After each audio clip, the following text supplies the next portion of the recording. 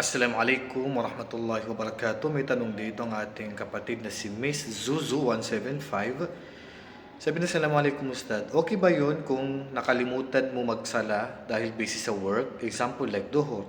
Hindi makapagsala tapos mag-asar na. Ang ginawa ko is nagsala ako ng asar. Parang nagsala ng asar. Then saka yung duhur. Mga kapatid, pangkalahatan, hindi po pwede na ipagpaliban natin ang sala o pagdarasal dahil lang sa busy tayo sa trabaho. Mas prioridad natin ang sala kaysa trabaho. Kung mabawasan tayo ng sahod, mas mainam yun kaysa pwede kang mapalabas sa Islam kung ipinagpapaliban natin ang sala at inaabutan tayo ng susunod na sala ayon sa pananaw ng ilan sa mga ulama. Kaya magsala tayo sa takdang oras. Kahit maliit, basta wag lang pumasok yung asar, magsala na po kayo ng duhur.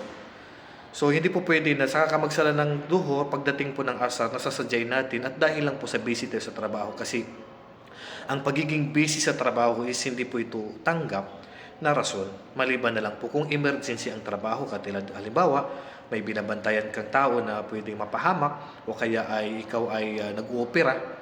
So, mga emergency na trabaho, so yun yung mga tanggap na rason. Pero yung busy lang sa trabaho, hindi po tanggap na rason yun. Kailangan pa rin natin magsala sa tagtang oras. Assalamualaikum warahmatullahi wabarakatuh.